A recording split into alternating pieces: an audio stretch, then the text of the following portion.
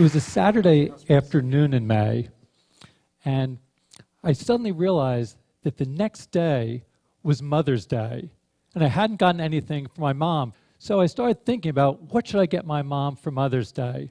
I thought, well, why don't I make her an interactive Mother's Day card using the Scratch software that I'd been developing with my research group at the MIT Media Lab. We developed it so that people could easily create their own interactive stories and games and animations, and then share their creations with one another. So I thought this would be an opportunity to use Scratch to make an interactive card for my mom. Before making my own Mother's Day card, I thought I would take a look at the Scratch website. So over the last several years, kids around the world, ages 8 and up, have shared their projects. And I thought, well, I wonder if of those 3 million projects, whether anyone else has thought to put up Mother's Day cards. So in the search box, I typed in Mother's Day, and I was surprised and delighted to see a list of dozens and dozens of Mother's Day cards that showed up on the Scratch website, many of them just in the past 24 hours by procrastinators just like myself. So I started taking a look at them. I saw one of them that featured a kitten and her mom, and wishing her mom Happy Mother's Day. And the creator very considerately offered a replay for her mom. Another one was an interactive project where when you move the mouse over the letters of Happy Mom Day, it reveals a special Happy Mother's Day slogan. In this one, the creator told a narrative about how she had Googled to find out when Mother's Day was happening. And then once she found out when Mother's Day was happening, she delivered a special Mother's Day greeting of how much she loved her mom. So I really enjoyed looking at these projects and interacting with these projects. In fact, I liked it so much that instead of making my own project, I sent my mom links to about a dozen of these projects. And actually, she reacted exactly the way that I hoped that she would. She wrote back to me and she said, "I'm so proud to have a son that created the software that allowed these kids to make Mother's Day cards for their mothers." So my mom was happy, and that made me happy. But actually, I was even happier for another reason. I was happy because these kids were using Scratch just in the way that we'd hoped that they would. That as they created their interactive Mother's Day cards, you could see that they were really becoming fluent with new technologies. What do I mean by fluent? I mean that they were able to start expressing themselves and to start expressing their ideas. When you become fluent with language, it means you can write an entry in your journal or tell a joke to someone or write a letter to a friend. And it's similar with new technologies. By creating these interactive Mother's Day cards, these kids were showing that they were really fluent with new technologies.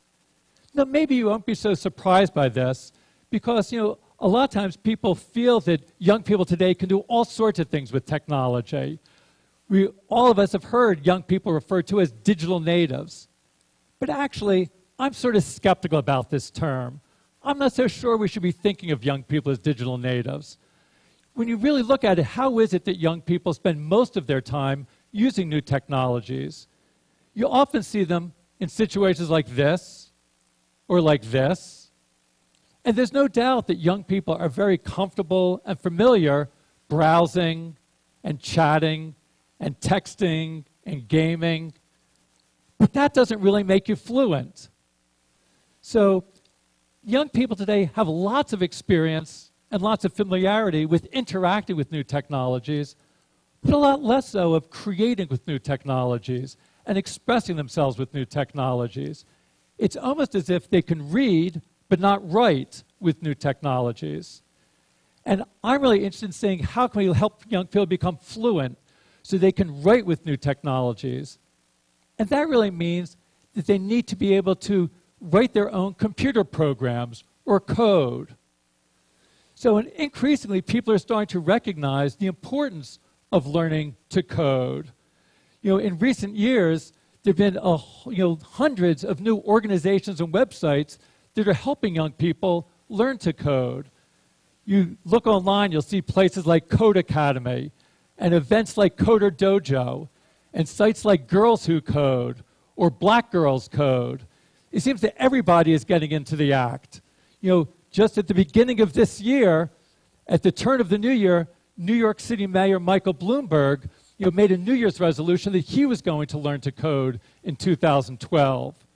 A few months later, the country of Estonia decided that all of its first graders should learn to code. And that triggered a debate in the UK about whether all the children there should learn to code. Now, for some of you, when you hear about this, it might seem sort of strange about everybody learning to code.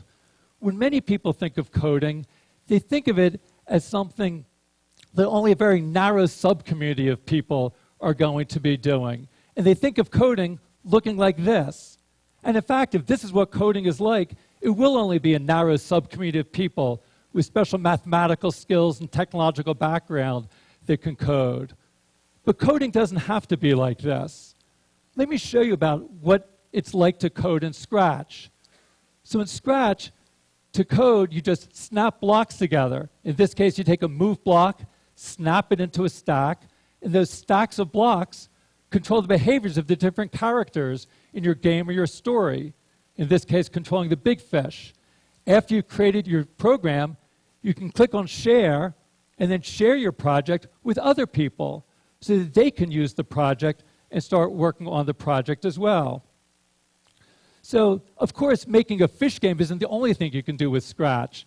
Of the millions of projects on the Scratch website, there's everything from animated stories to school science projects to anime soap operas to virtual construction kits to recreations of classic video games to political opinion polls to trigonometry tutorials to interactive artwork and, yes, interactive Mother's Day cards. So I think there's sort of, so many different ways that people can express themselves using this, to be able to take their ideas and share their ideas with the world. And it doesn't just stay on the screen. You can also code to interact with the physical world around you. Here's an example from Hong Kong where some kids made a game and then built their own physical interface device and had a light sensor. So the light sensor detects the hole in the board, so as they move the physical saw, the light sensor detects the hole and controls the virtual saw on the screen and saws down the tree. We're going to continue to look at new ways of bringing together the physical world and the virtual world and connecting to the world around us. This is an example from a new version of Scratch that we'll be releasing in the next few months. And we're looking again to sort of be able to push you in new directions. Here's an example that uses the webcam. And as I move my hand, I can pop the balloons, or I can move the bug. So it's a little bit like Microsoft Connect, where you interact with gestures in the world, but instead of just playing someone else's game, you get to create the games. And if you see someone else's game, you can just say, see inside, and you can look at the stacks of blocks that control it. So there's a new block that says how much video motion there is. And then if there's so much video motion, it will then tell the balloon to pop. The same way that this uses the camera to get information into Scratch, you can also use the microphone. Here's an example of a project using the microphone. So I'm going to let all of you control this game using your voices.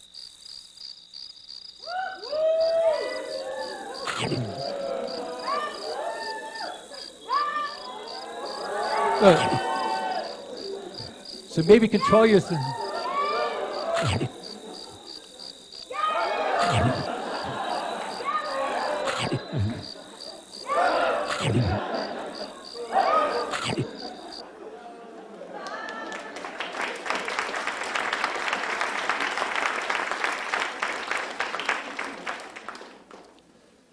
As kids are creating projects like this, they're learning to code, but even more importantly, they're coding to learn.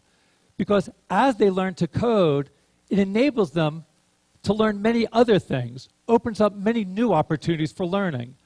Again, it's useful to make an analogy to reading and writing. When you learn to read and write, it opens up opportunities for you to learn so many other things. When you learn to read, you can then read to learn. And it's the same thing with coding. If you learn to code, you can code to learn. Now, some of the things you can learn are sort of obvious. You learn more about how computers work, but that's just where it starts. When you learn to code, it opens up for you to learn many other things. Let me show you an example. Here's another project, and I saw this when I was visiting one of the computer clubhouses. These are after-school learning centers that we help start that help young people from low-income communities learn to express themselves creatively with new technologies. And when I went to one of the clubhouses a couple of years ago, I saw a 13-year-old boy who was using our Scratch software to create a game, somewhat like this one. And he was very happy with his game and proud of his game. But also, he wanted to do more. He wanted to keep score. So this was a game where the big fish eats the little fish. But he wanted to keep score so that each time the big fish eats a little fish, the score would go up and it would keep track.